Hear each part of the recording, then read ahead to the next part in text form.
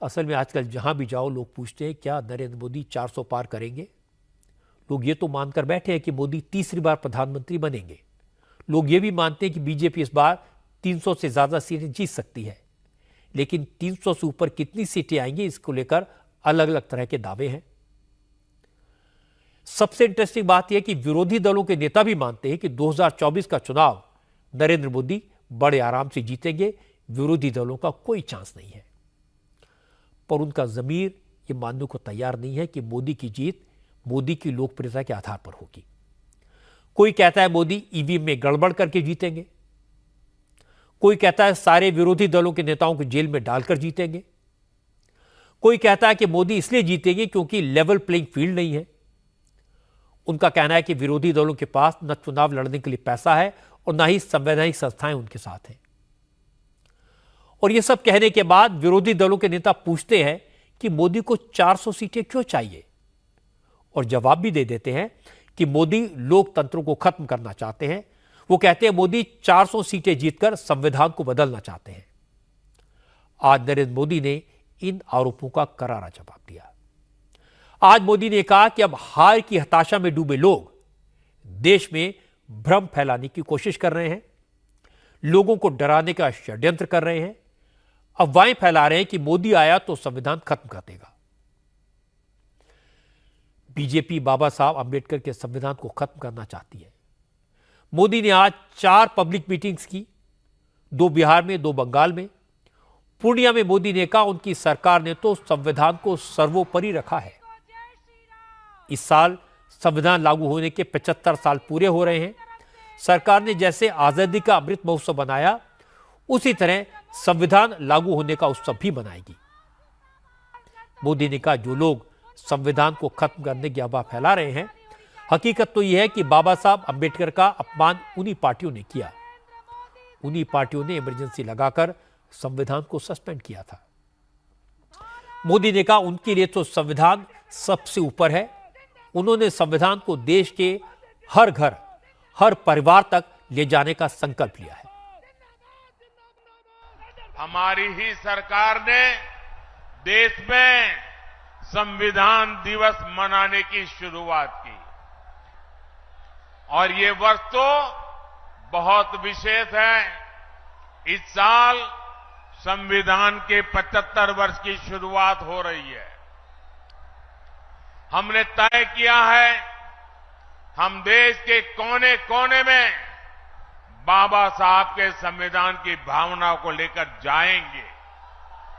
देश की युवा पीढ़ी को देश की गौरवशाली संविधान के निर्माण की प्रक्रिया, उसके अध्याय, उसका महत्व बताएंगे। लेकिन दूसरी तरफ वो लोग हैं जिन्होंने आपातकाल में संविधान को रद्द करने, संविधान को बंधक बनाने और संविधान को तोड़ने मरोड़ने का काम किया था। हमें याद रखना है, जो लोग सत्तावर सरकार को एक परिवार की मुट्ठी में रखना चाहते हैं, संविधान उनकी आंखों में हमेशा खटकता है। इसलिए अब ये लोग संवैधानिक व्यवस्था से हुए चुनाव के नतीजों को अस्वीकार करने की धमकी देने लगे हैं। लेकिन इनके मंसूबे कामयाब न हो, संविधान दलित, पिछड़ा, आदिवासी की ताकत बना रहे, इसके लिए हमें एकजुट होकर साथ खड़े रहना है। इससे पहले बिहार के गया में भी मोदी ने इसी मुद्दे पर बात की। प्रधानमंत्री ने कहा पिछले 30 साल में बीजेपी केंद्र से लेकर कई राज्यों में सत्ता में रही, लेकिन बीजेपी ने संविधान पर कभी आंच नहीं आने दी। मोदी ने कहा कि विपक्ष के लिए संविधान राजनीति का हथकंडा है, लेकिन उनके लिए संविधान विकसित भारत बनाने का मार्गदर्शक है। मोदी ने कहा वो तो क्या, खुद बाबा साहब अंबेडकर भी अब संविधान को नहीं बदल सकते। इनको पता होना चाहिए, ये जो संविधान सभा थी, डॉक्टर राजेंद्र बाबू नेतृत्व करते थे।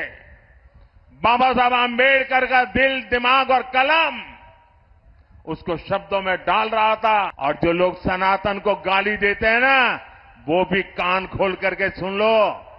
ये जो संविधान इतना महान बना है, ये जो संविधान हमें देश को आगे ले जाने की ताकत देता है, इस संविधान को बनाने के लिए जो संविधान सभा थी, उसमें 80-90% से भी ज्यादा, 80-90% से भी ज्यादा सबके सब सनातनी थे। और उन सनातनियों ने इतना उत्तम संविधान बनाने में बाबा साहब आम्बेडकर का साथ दिया है।